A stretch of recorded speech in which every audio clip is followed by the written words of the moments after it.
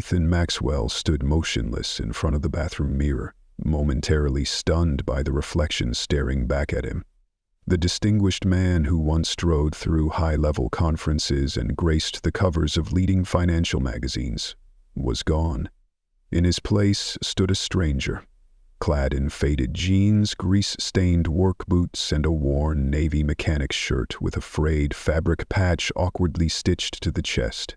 The name Mike embroidered in rough white thread. His usually sleek silver hair was a tousled mess, as if he'd spent a sleepless night wrestling with unresolved thoughts.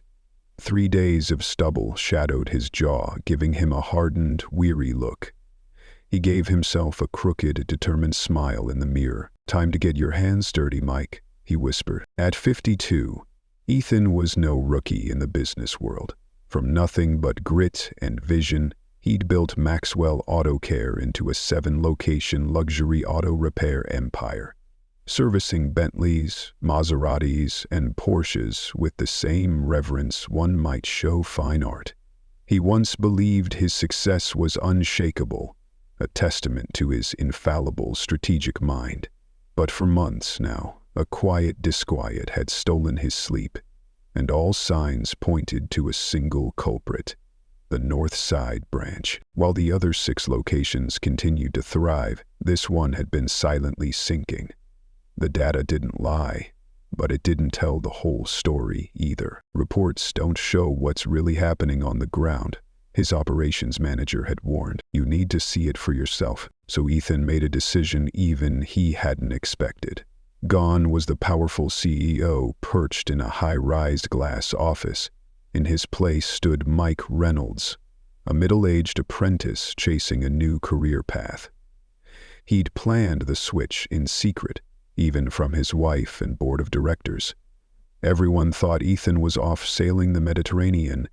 In truth, he was stepping back onto the garage floor for the first time in decades, returning to where it all began, better. That morning, Ethan drove an old Honda borrowed from a longtime friend and parked it 2 blocks from the North Side shop. The building, a steel and glass structure freshly renovated 3 years ago, gleamed beneath the morning sun, the Maxwell Auto Care logo catching the light with professional polish. From the outside, everything still looked pristine. But Ethan couldn't shake the unease curling in his gut. It felt like approaching a battlefield he had long since abandoned. Part of him, perhaps the part that once stayed up all night to balance the books or personally tighten the bolts on a client's first car, stirred awake. It wasn't fear. It was longing. Longing for something real. Something no quarterly report or balance sheet could ever give him. Inside, Ethan couldn't look away from what unfolded before him. When Rob assigned jobs, he deliberately turned away from Liam, a young, deaf mechanic, and spoke so fast that reading lips was impossible. Still, Liam didn't show any sign of frustration or confusion. He simply nodded, took the 3 work orders, and returned quietly to his bay. That unshakable composure hit Ethan square in the chest. Throughout the morning, Ethan observed Liam working with impressive focus and precision. He diagnosed a complex electrical issue on a BMW, rotated tires on a Lexus, and even helped a fellow mechanic out of a tough transmission jam. There were no complaints, no signs of fatigue, only relentless dedication. In stark contrast stood Jeff, the man assigned to train Ethan. Jeff spent more time on his phone than under the hood, cracking jokes at customers' expense and mocking co-workers with careless ease. Ethan felt an uneasy tightness in his chest, not just at Jeff's laziness, but at the realization that such a toxic work culture had festered unnoticed under his own brain. When lunch break came, Ethan chose a secluded corner to quietly observe. The other mechanics gathered to chat about sports and weekend plans, laughing easily. Liam sat alone, quietly flipping through a technical manual while chewing on a plain sandwich. His posture exuded a quiet, lonely resilience that made Ethan's chest tighten. "Hey, new guy," Jeff called out, waving him over. "No need to sit with the deaf kid." He doesn't get what we're saying anyway." The words hit Ethan like a punch to the gut. He forced a strained smile and joined them, pretending to blend in. They gossiped, mocked customers, and shared shortcuts they took when supervisors weren't watching. Ethan listened carefully, swallowing his rising anger with every word. When Dave, the red-headed mechanic, asked why he was entering this trade so late in life, Ethan replied with a prepared story. "Got laid off after 20 years. Figured it was time to turn my hobby into a paycheck. I've always been good with cars." The group nodded approvingly. Jeff clapped him on the back with a smug grin. "Stick with us. We'll teach you how to survive this place." That afternoon, Ethan found a way to linger near Liam's bay, pretending to organize tools. From this close, he could watch the young mechanic work. Each tool choice deliberate, every movement efficient. Liam finished jobs in nearly half the time projected, yet every time Rob walked by, his eyes narrowed with petty scrutiny. Then came the tipping point. A customer stormed into the office, furious about a recent repair. Their Audi, supposedly fixed the previous week, was now worse than ever. Rob, red-faced and rattled, marched straight to Liam. He shouted from behind, standing out of Liam's line of sight. Naturally, Liam didn't respond. Rob slammed his hand on the workbench, making tools rattle. "You ignoring me now, huh?" he barked, startled. Liam turned around, wiped his hands, and looked his eyes on Rob's lips. "I need you to stop what you're doing and fix the Audi. You supposedly worked on it last week, and the client's threatening to call corporate." Ethan froze. At lunch, he had reviewed last week's service schedule. The Audi had been assigned to Jeff. Liam knew that. But instead of defending himself, he simply nodded, peeled off his gloves, and followed Robble, leaving his current job behind. As the day wound down, the other mechanics clocked out right on time. Liam stayed late, buried beneath the Audi's hood, still working on a problem that wasn't his to begin with. Jeff threw out a final jab on his way out. "Make sure it's perfect by morning, or Rob'll roast your ass again." Liam didn't respond. He just waved without looking up, lost in the work that had somehow become his responsibility. Ethan lingered, wiping down borrowed tools while waiting for everyone to leave. The shop was quiet now. Only the soft clinking of wrenches filled the space, a rhythm that echoed like a heartbeat in the silence. Ethan approached Liam's station and gently tapped the workbench. Liam looked up, surprised to find someone still there. "Need a hand?" Ethan asked, making sure to face him clearly. Liam studied his face for a long moment, as if weighing the difference between pity and sincerity. Finally, he nodded and handed Ethan a flashlight, pointing to a section under the car. For the next hour, they worked in companionable silence. Ethan followed Liam's lead, watching in awe as the young mechanic corrected what was clearly Jeff's sloppy work. A loose connector, left unfastened by carelessness, not inexperience. Liam didn't complain or place blame. He simply ensured the job was done right. When they finally closed the hood, the clock read just past 8 p.m. Liam looked exhausted, the fatigue deep under his eyes, but there was also pride, quiet pride, the kind that comes only from doing the right thing when no one's watching. "Were you assigned this last week?" Ethan asked softly. Liam shook his head. Then after a brief pause, typed on his phone and held it up. "Doesn't matter who did it. What matters is the customer gets their car done right." Ethan stared at the screen. Admiration swelled inside him, but so did rage. In just one day, he had uncovered the truth about why this garage was failing. And it had nothing to do with technical ability. The two of them stepped out into the cold night, silence settling between them like fog. Ethan looked up at the sky, breathing in the chill, and felt something dark stir deep inside. This undercover mission, which he thought would last only a few days, was about to become a reckoning. He knew now. The worst was yet to be uncovered. 3 days had passed since Ethan began his undercover role. By now, he'd grown familiar with the rhythm of the garage, spending his days pretending to be an awkward trainee and his nights meticulously documenting every detail in his hotel room.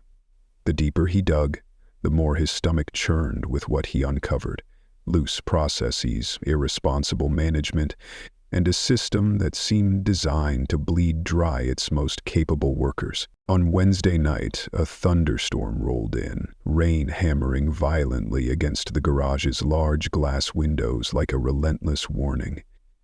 As the clock struck closing time, the mechanics quickly packed up and left. Jeff tossed over his shoulder, "See you tomorrow, old man." The only one left was Liam, still hunched over the engine bay of a sleek black Jaguar F-Type that had been towed in that morning as a high-priority emergency. Ethan clearly remembered what Rob had said earlier. The customer needs it done by tomorrow morning. No excuses. Initially, the job had been assigned to Dave, but after barely glancing at the car, he'd claimed a specialty tool was missing and refused to work on it. Rob, without argument, had slammed the work order onto Liam's bench and walked away. Ethan saw the weariness in Liam's eyes as he glanced at the clock, an exhaustion laced with quiet determination. Liam disappeared into the supply room and returned with a self-made tool, a jerry-rigged contraption combining a power drill, welded pliers, and a sharpened metal rod. One wrong move with that thing could lead to a serious injury. Ethan pretended to stay late with an excuse. "I want to study BMW electrical systems." He went to the break room but kept his eyes on Liam. The young man had been working nearly 12 hours straight, skipping lunch, his eyes ringed with fatigue but still burning with focus. Around 9 p.m., a muffled curse came from the service bay. Ethan hurried over and found Liam struggling with a seized bolt deep inside the Jaguar's engine. The specialty tool needed for the job was nowhere in sight. Liam jumped when he saw Ethan, eyes wide with embarrassment, as if he'd been caught doing something wrong. Ethan moved without hesitation, grabbing Liam's arm just as he was about to use the makeshift tool. "What are you doing?" Ethan asked, ensuring Liam could read his lips. Liam clenched his jaw but said nothing, then typed on his phone. "Dave said the specialty tool is broken. They won't order a new one." Ethan froze. A single budgeting decision, not replacing a broken tool, had pushed a talented mechanic into risking injury. But what stunned him more was the resignation in Liam's expression. There was no anger, no pushback, just resolve, the kind born not of pride but of necessity. In that moment, Ethan saw something more than just an employee. He saw a reflection of the values on which he had built Maxwell Auto Care: professional ethics, quiet dedication, and uncompromising pride in one's work. "Because of budget cuts," Liam typed. "But the customer was promised the car by morning. I can't let the garage's reputation suffer." Ethan stared at the message, a strange blend of discomfort and respect swelling in his chest. This young man wasn't driven by money. He was driven by professional honor, a sense of duty Ethan had once considered the soul of his company. "But that tool could seriously hurt you. You could lose a finger." "Or worse," Ethan blurted, unable to mask the CEO beneath the disguise any longer. Liam paused, looked at him silently, and typed again, "No proper tool. But I have to finish tonight. The customer needs the car tomorrow." This time, Ethan didn't argue. He took a deep breath and said, "And let me help. I've got an idea." Together, they found a safer workaround using basic physics and the tools they had on hand. It took over an hour of trial and error, sweat, and careful improvisation, but they eventually freed the bolt without injury. By the time they closed the hood, it was nearly midnight. The Jaguar purred to life, its engine flawless. Ethan looked at Liam, his face pale, eyes shadowed with fatigue, but lit by a quiet, unwavering pride. It wasn't the pride of being praised. It was the pride of knowing the job had been done right. "Does this happen often?" Ethan asked as they cleaned up. You stay late fixing other people's mistakes? And do they even pay you overtime? Liam didn't look at him. His eyes flicked away. That silence was enough to make Ethan's heart tighten in his chest. Driving back to the hotel, the storm had passed, but Ethan's thoughts were anything but calm. He gripped the steering wheel tightly, eyes fixed on the road, but his mind spinning. The identity of Mike Reynolds was no longer just a disguise. It had become a moral test. A system he believed was solid was now visibly rotting from within, corroded by neglect and bad actors. And Liam, quiet, resilient Liam, stood at the center of it all, unknowingly preserving the very principles Ethan thought had been long lost. Ethan had almost revealed everything that night.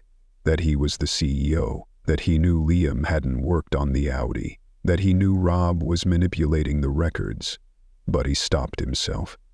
It wasn't time. Not yet.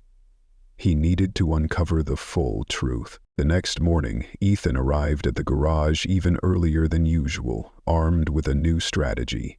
He claimed a quiet corner bay with a full view of the shop floor. With a technical manual in hand, he played the role of a diligent trainee while silently observing every conversation, every move. Rob appeared, raising an eyebrow. You're keen? Most trainees can't drag themselves in before 9. I'm not most trainees, Ethan replied evenly. And I've got a lot to learn. Rob grunted and stepped into his office, shutting the door and pulling the blinds, something Ethan had seen him do every day. Not privacy. Later that morning, Ethan positioned himself near the coffee machine and overheard a hushed conversation between Jeff and Dave. Rob still tightening up the timesheets. Jeff muttered. Dave shrugged with a smirk. What's new? As long as we get our full pay, who cares? Jeff snickered. Liam's the one getting screwed. He's the perfect scapegoat. Dave nodded. Exactly. Rob reports lower labor costs, upper management's happy, and the rest, not our problem. Ethan felt his blood simmering. He clenched his fist tightly around a pencil, barely stopping himself from snapping it in two. That exchange sealed it. The final puzzle piece dropped into place. A clear image of an orchestrated system of exploitation, of silence preying on those without a voice. He had started this mission to save a branch. Now he knew it was about saving the soul of the company and protecting a young man who had unintentionally led him back to the most important things: trust, responsibility, and truth. Jeff gave a crooked grin. We get shorted on our timesheets, then paid under the table. Meanwhile, the deaf kid thinks he's some kind of hero, pulling long shifts like a volunteer, never realizing he's being used. Ethan's jaw clenched so tight it hurt. His heart pounded, not just in anger, but in sheer disbelief. This wasn't just about overwork. It was systemic fraud, wrapped in secrecy, thriving in darkness. And now, Ethan knew what had to be done. Just a few hours later, the opportunity presented itself. Rob left for lunch without locking his office. Posing as if he were looking for a technical manual, Ethan quietly slipped inside, his heart pounding like a war drum. He opened a drawer and quickly snapped photos of key documents with his phone, official time cards that drastically underreported Liam's hours, and a separate to form the ledger listing the actual hours worked and the full amounts charged to customers. As he read the numbers, Ethan felt his blood boil. Liam had worked nearly double the reported hours, but Rob had still billed customers the full amount, then pocketed the difference and shared it with Jeff, Dave, and the others in exchange for their silence. It was a cruel yet cunning scheme, exploiting Liam's isolation like a disposable pawn. Ethan was still documenting when he heard footsteps approaching. He swiftly closed the drawer and pretended to be browsing the bookshelf just as Rob walked in, face like stone. Looking for something? Rob's voice had an edge. Just the 2023 Audi transmission manual, Ethan answered smoothly, eyes calm and steady. Jeff said you had the original. Rob narrowed his eyes, reached over Ethan's shoulder, and pulled a binder from the shelf. Next time, ask first. I don't like people messing with my office. Sorry about that. Won't happen again, Ethan replied humbly, masking the storm of rage brewing inside. That afternoon, Ethan watched Liam with new clarity. The young man still moved with precision, every step measured, every tool handled with care. But now Ethan could see the fatigue behind his red-rimmed eyes, the quiet resignation when Rob stole praise from a customer that rightfully belonged to him. During a brief lull, Ethan approached Liam discreetly, choosing a spot where they wouldn't be easily noticed. "How many shifts like this have you worked?" he asked softly. Liam flinched slightly, then quickly masked his surprise. He typed a short message. "Not sure what you mean. You're always the first to arrive and the last to leave, but your time card never shows more than 8 hours, Ethan said gently. Liam's face paled. His eyes flickered with panic. He typed hastily, "Please don't talk about that. I need this job." "Why not report it?" Ethan pressed. But Liam shook his head violently, his hands trembling as he typed the next message. "I tried once. Rob showed me evidence that I caused costly mistakes. Said one phone call and I'd be fired." Who would believe a deaf guy? Ethan felt like he'd been punched in the chest. The pieces were falling into place. Rob had weaponized Liam's lack of social support to isolate and intimidate him, even fabricating records to discredit any potential complaint. The other mechanics, meanwhile, reaped the benefits and left Liam to take the fall. That evening, Ethan sought out Sarah, the receptionist who had always seemed nervous when glancing toward the shop floor. With only the two of them left in the office, he asked directly, "How long has Rob been doctoring the timesheets?" Sarah froze. "I don't know what you're talking about." "I think you do," Ethan said gently, "and I think it bothers you." Her shoulders slumped. "Almost a year now. It started small, just shaving off an hour here and there. Then he realized no one noticed, and started doing more." She glanced toward the shop, then whispered as if someone might hear, "Liam's the best we've got. But Rob's convinced everyone he's only here because of some corporate diversity initiative. No one's reported it?" Sarah gave a bitter laugh. "To who?" "Rob's brother-in-law. Plays golf with the regional manager, and anyone who keeps quiet gets a cut of the savings." Ethan left the office with his head spinning. What he had thought was simple underperformance was something far worse. A deeply rooted disease of fraud, manipulation, and exploitation. And he, the owner, hadn't seen it. He watched Liam quietly working on a vehicle that should have been Jeff's responsibility. The young man's face showed calm patience, not seeking praise, only striving to do the job right. In that moment, Ethan made a decision. He wouldn't reveal his identity. Not yet. He needed to see the system unravel in full. To do that, he'd set a trap that would expose everyone's true nature. Tomorrow, he would bring in his own car, and it would be the perfect bait. On his 5th day as Mike Reynolds, Ethan had already gathered enough evidence to dismantle the corrupt operation. But something inside told him the rot went deeper. And then, on a gray, rain-soaked Tuesday morning, the reckoning finally arrived. When Ethan walked into the garage, the entire place was in chaos. A gleaming silver Range Rover sat in the middle of the floor, its hood wide open like a wounded animal. Rob paced nearby, visibly anxious. At the front counter, a sharply dressed middle-aged man was berating the receptionist, his voice sharp and cutting across the room. "That's Walter Kensington," Sarah whispered as Ethan hung up his jacket. "He sits on the board of 3 Fortune 500 companies, brings all his cars here." Ethan squinted toward the service desk, watching Kensington gesturing furiously. He already had a hunch what was going on. "What happened?" he asked. "Jeff was supposed to replace the timing belt last week," Sarah said heavily. "Looks like he rushed it. Now the engine's making an awful noise. Kensington is livid." Just then, Rob stormed out of his office, face flushed with panic. "Mr. Kensington, I assure you, we'll take care of this immediately.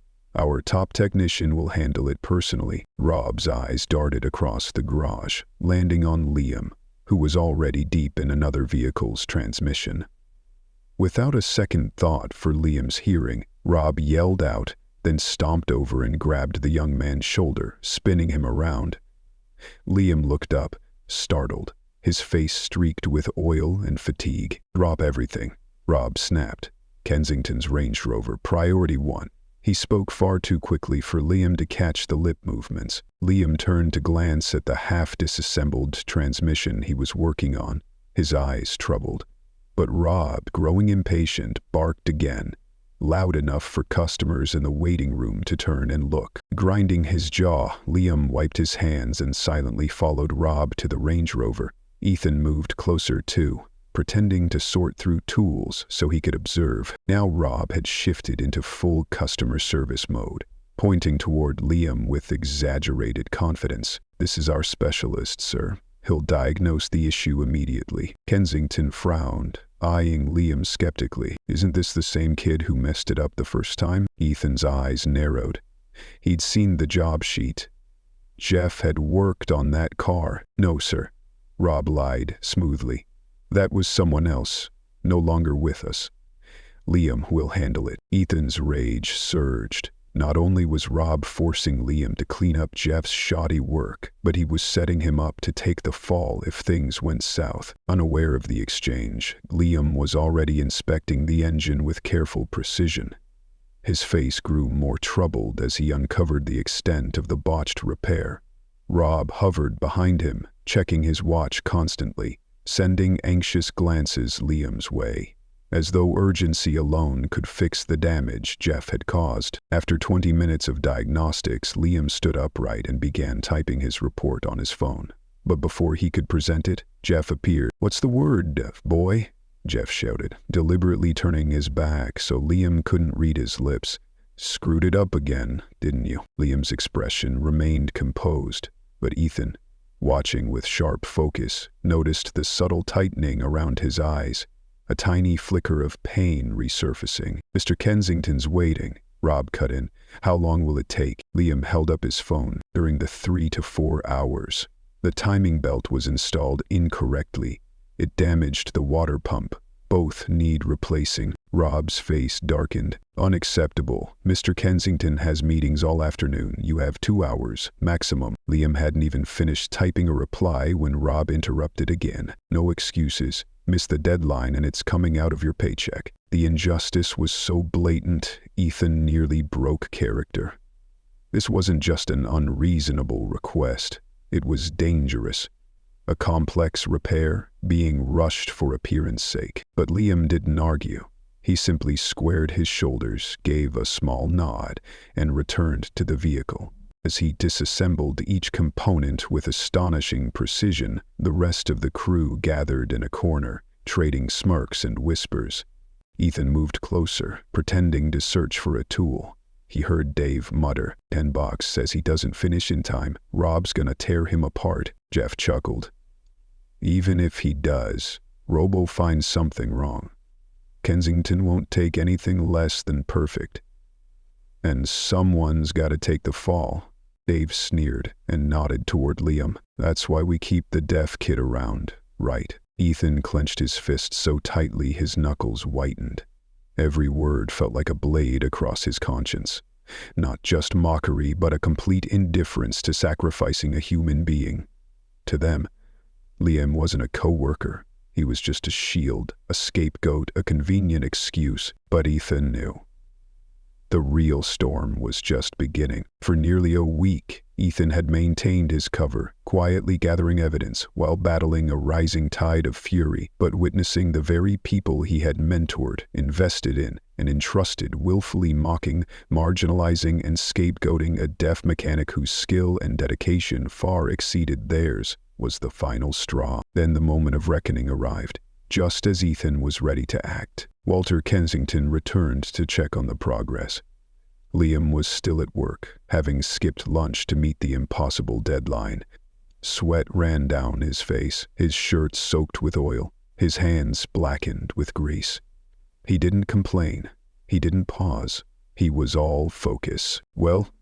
Kensington barked, directing the question at Rob as though Liam didn't exist. Rob glanced at his watch, feigning irritation. "It should have been done by now, sir. Apologies for the delay." He turned to Liam with an exaggerated sigh. "I thought I made the deadline clear." Liam looked up, confused, having been fully immersed in the engine and unaware of the conversation. Rob seized the moment and, in front of the customer, delivered the final blow. "This is exactly the issue with our service lately. Some of our techs just don't understand the value of customer satisfaction." Ethan stood frozen, fists clenched. Rob's words sliced through the workshop like razors, humiliating Liam in front of a high-profile client, gutting his dignity in broad daylight. That was it. Ethan Maxwell made his decision. He would wait no longer. Tomorrow would be the final test. A test designed to expose the truth. Before dawn, Ethan pulled his most prized possession from his private garage, a meticulously maintained 1967 Mustang Fastback. Midnight blue paint shimmered in the low light, and the guttural roar of its engine turned heads wherever it went. Known among classic car enthusiasts citywide, it was registered under Ethan's personal name, completely unlinked to Maxwell Auto Care. At precisely 8:15 IEM, he pulled into the Northside garage, parking where the car would be impossible to miss. As he entered the reception area, Sarah looked up, her eyes flicking toward the window, then widening in surprise. "Good morning," Ethan said with a smile, still playing the role of Mike Reynolds. "I'm dropping this off for my uncle. He's out of town on business but needs it serviced before a car show this weekend." Sarah cast a nervous glance toward Rob's office. "That's a beautiful car. We'll need the owner's signature on the forms." "Left everything with me," Ethan replied, handing her a folder labeled Ethan Johnson, a variant of his real name, close but unrecognizable. "There's a small oil leak. He wants a full tune-up. Money isn't an issue, but the deadline is. It has to be perfect by Saturday morning." The sound of the Mustang's engine had already drawn Rob out of his office. His eyes gleamed as he stepped forward, fake smile already in place. "Classic Mustang Fastback," he said, awe in his voice. "We'd be honored to work on it. Our top techs are experienced with vintage models." Ethan, in full character as the cautious nephew, nodded slowly. "My uncle would kill me if anything happened to it. He's very particular, especially about deadlines." "Of course," Rob reassured him, already calculating how much he could upcharge. "Jeff," he shouted. "Special project." Jeff ambled over, grinning the moment he laid eyes on the Mustang. "Sweet ride.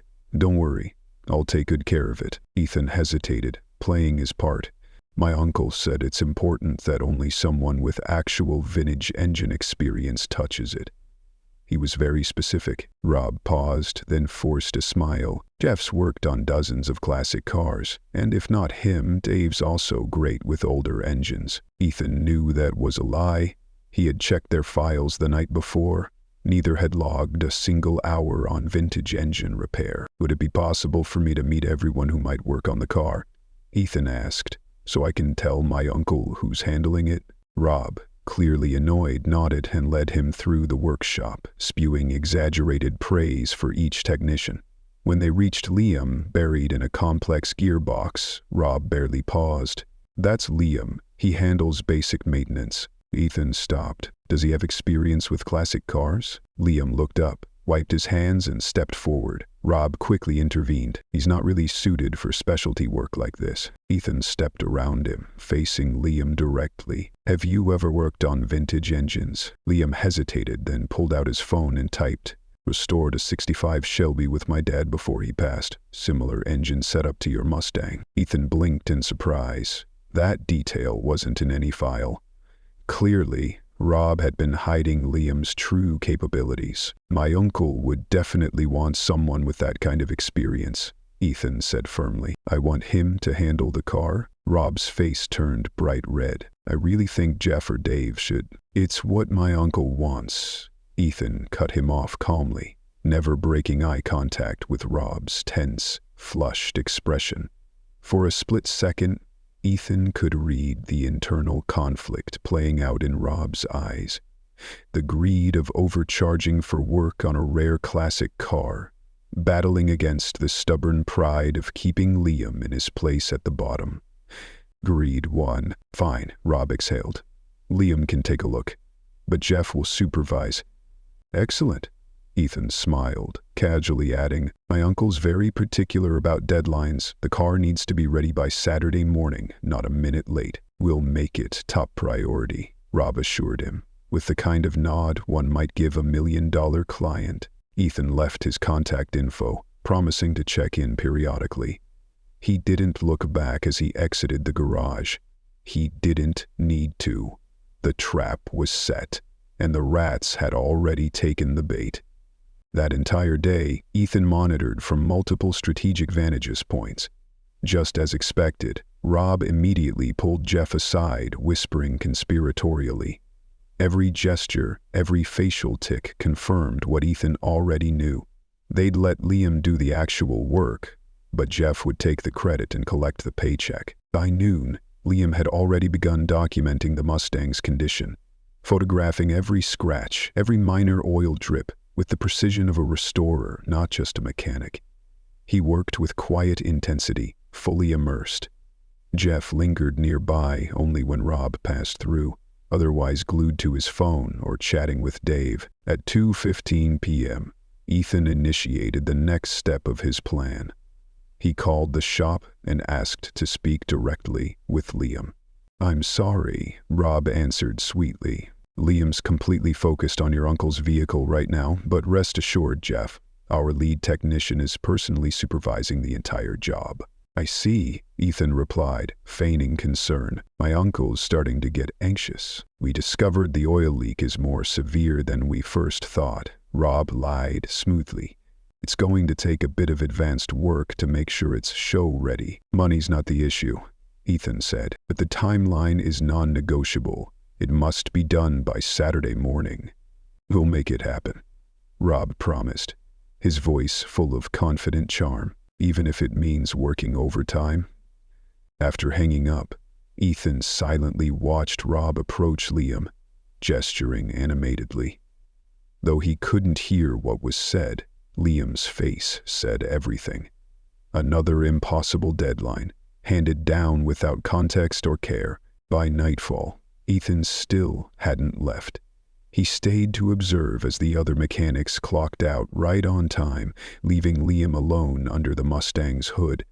Jeff slapped Liam on the back before walking out, saying something that made Dave burst out laughing. Rob locked the door behind him, handing Liam a ring of keys and likely a list of final demands, then disappeared without a backward glance.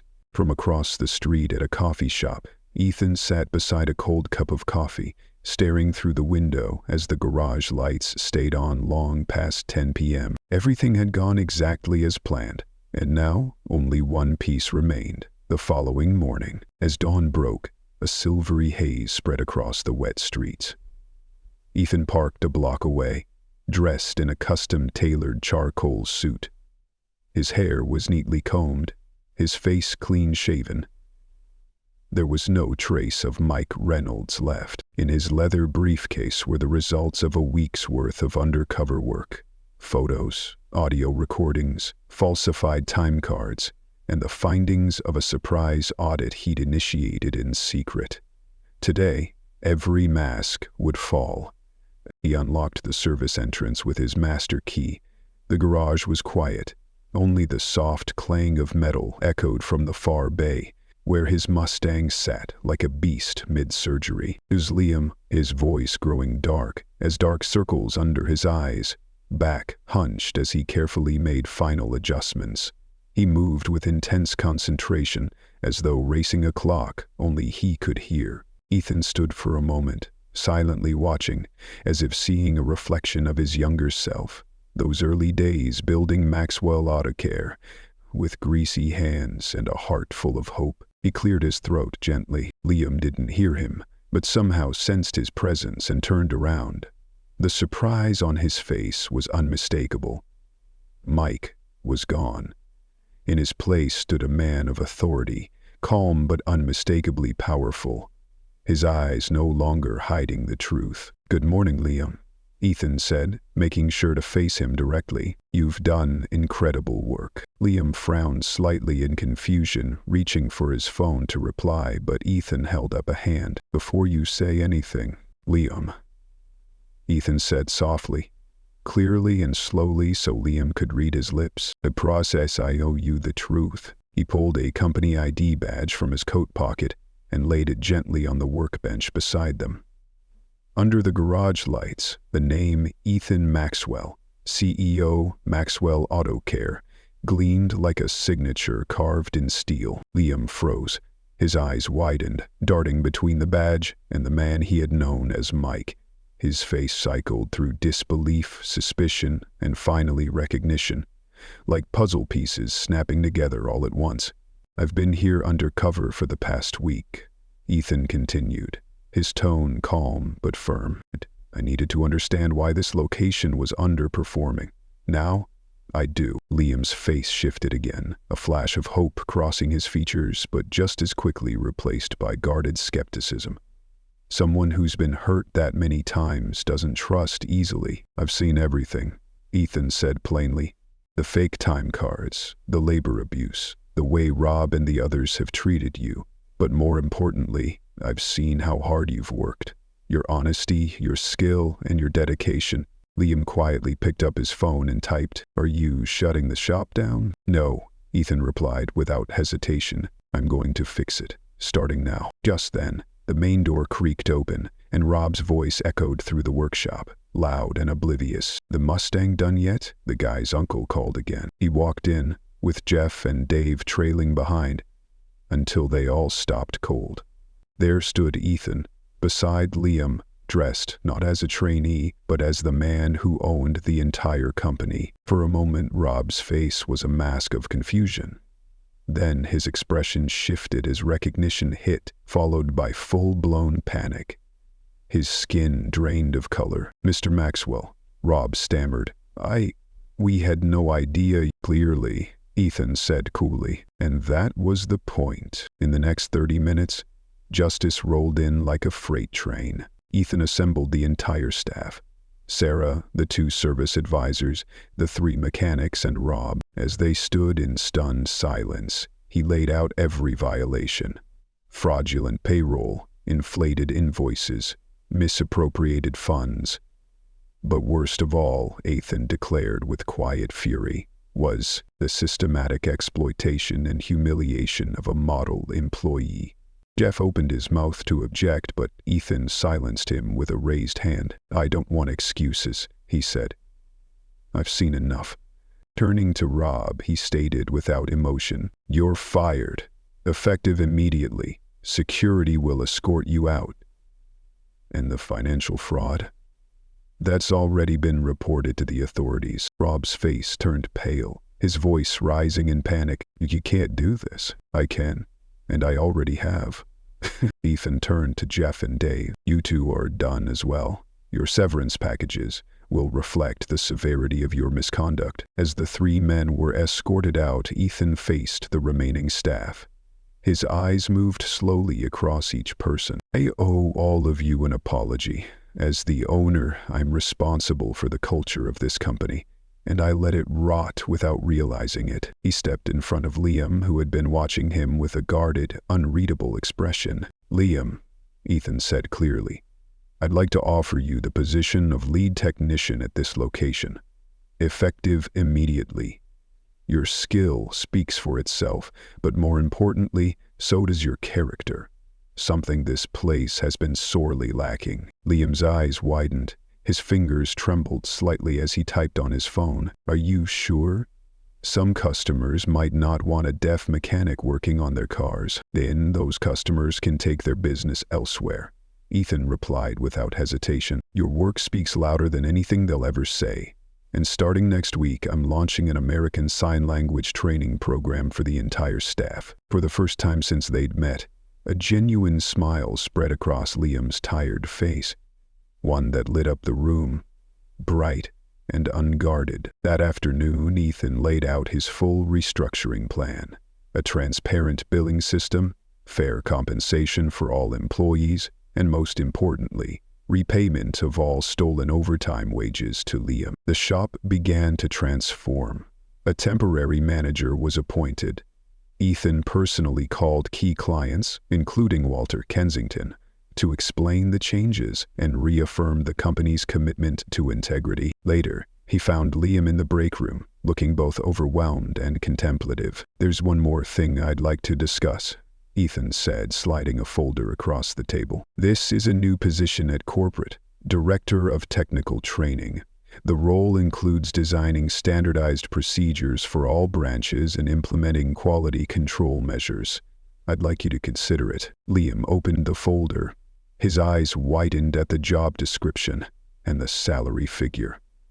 "You don't have to decide now," Ethan added, "but I believe your experience and perspective are exactly what we need to rebuild this company from the inside out." Liam looked up and typed slowly. "What about this shop? They still need someone who understands how things really work here." "That's your choice," Ethan said, smiling. "Lead technician here, or director at HQ. Either way, you've earned it." As they stepped out together, standing beside the freshly restored Mustang, Ethan turned to Liam. "There's one thing I've been meaning to ask. How did you know I was the owner?" Liam squinted playfully, grinned, and typed. "The way you watched most trainees focus on machines. You watched how people treated each other. Also, there's a photo of you in the employee handbook." Ethan laughed, for the first time in days. A real, hearty laugh that lifted the tension from his shoulders. Beneath the golden light of the setting sun in the garage lot, he realized something profound. From the very place where his greatest failure had unfolded, he had discovered his most valuable asset. Someone overlooked, yet strong enough to rebuild an entire system. Sometimes, the most precious things are the ones we're most likely to overlook.